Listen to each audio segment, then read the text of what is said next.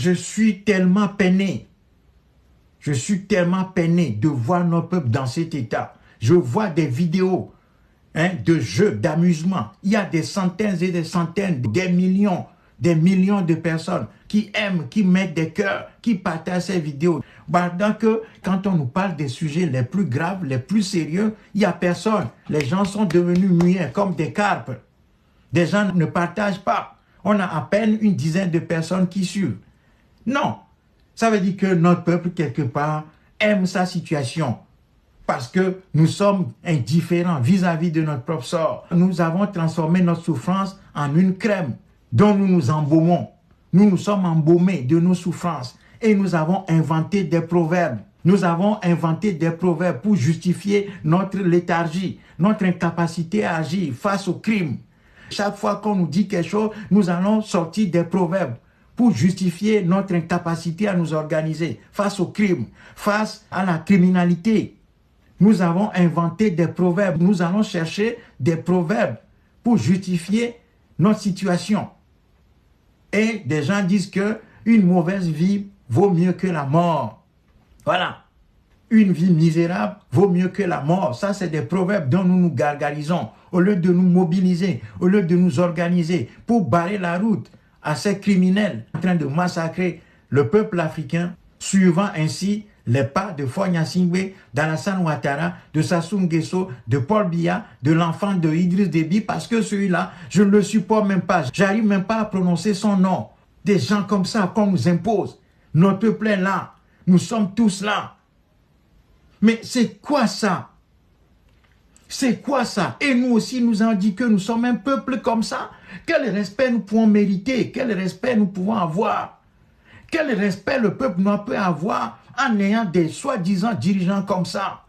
Des gens qui peuvent se lever comme ça et écarter leurs concurrents, imposer leur volonté comme ça, sortant les armes pour massacrer le peuple comme bon leur semble. Notre vie ne vaut rien sur le sol africain. Notre pays, notre foyer, le foyer africain est devenu un danger, un enfer pour nous. La terre africaine qui devrait être notre paradis est devenue un enfer pour nous. De sorte que la jeunesse africaine soit obligée de fuir ce continent, en train de fuir ce continent tous les jours. Comment pouvons-nous vouloir le bonheur si nous n'arrivons pas à vivre heureux sur notre propre terre? Parce que la grandeur d'un peuple commence par sa propre terre. Notre terre est devenue un enfer pour nous. Parce que les dictateurs africains, les marionnettes, des toutous, des guinarous, des gens qui veulent jouer le rôle de gouverneurs coloniaux, qui courent pour offrir leurs services coloniaux, pour maintenir notre peuple dans la misère. Ces gens-là règnent sur notre sol, sur nos terres. Nous avons faim. L'Afrique a tout pour devenir le continent central de l'humanité, ce qu'il était d'ailleurs avant d'être sorti de l'histoire. Mais ces petites personnes, ces petites frappes sont en train de nous affamer, de nous appauvrir, de nous humilier, de nous rendre infiniment petits. Tous les jours, le peuple noir devient plus petit dans l'histoire à cause des dirigeants malhonnêtes, kleptocrates, criminels, répressifs, absolument sans idée directrice pour notre peuple. Ces gens sont vraiment une engeance. Ces gens sont le problème central pour notre peuple. Le problème central pour notre peuple, ce ne sont pas les pays étrangers, ce n'est pas la France, ni les États-Unis, ni personne d'autre.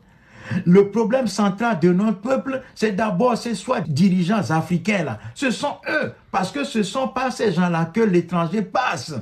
La colonisation passe par ces gens-là. C'est que la colonisation, si elle n'a pas des gens comme ça dans nos pays, elle ne peut pas agir. Regardez au Mali, il a suffi que Assimi Goïta se mette au pouvoir pour que le Mali soit craint. C'est ça la vérité. Parce que la direction d'un pays, la direction d'un peuple, c'est tout. C'est tout pour ce pays-là, pour ce peuple. C'est la direction qui fait d'un pays un grand ou un petit peuple. C'est de la direction dont dépend la grandeur ou la petitesse d'un pays ou d'un peuple. Si vous avez des dirigeants petites de tête, des gens sans cervelle, des guinarous, eh bien vous allez être infiniment petits. Mais si vous avez des dirigeants qui sont intelligents, stratèges, qui sont au diapason du peuple, qui partagent la douleur, les souffrances du peuple, qui sont conscients des lois de l'histoire, une direction qui a compris qu'elle est là pour faire le bien du pays et du peuple, redresser son peuple et non le nuire. Là, ce peuple devient grand. Plus vous avez des dirigeants corrompus, criminels, plus vous allez être petit. Malgré que l'Afrique soit dotée par Dame Nature de tous les biens de ce monde.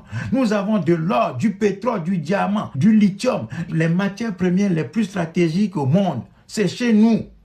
Mais nous avons une direction africaine imbécile, coloniale, tocarde, une direction criminelle, une direction antipatriote, une direction anti-peuple, une direction bête, une direction absolument criminelle, des métayers qu'on a placés à la tête de nos États, soi-disant, pour maintenir l'Afrique, malgré ses richesses, dans la petitesse. Notre pays, notre peuple est obligé d'être présenté dans ce monde comme un peuple nu, un peuple qui n'a rien, un peuple pauvre. Non, nous ne sommes pas un peuple pauvre, on nous a appauvris. C'est différent. L'appauvrissement est différent de la pauvreté. Nous ne sommes pas un peuple pauvre. Nous avons tout chez nous. Nous avons les ressources humaines. Notre première richesse, c'est d'abord les ressources humaines. Mais les dirigeants africains, la direction coloniale que nous avons, c'est là tous nos problèmes.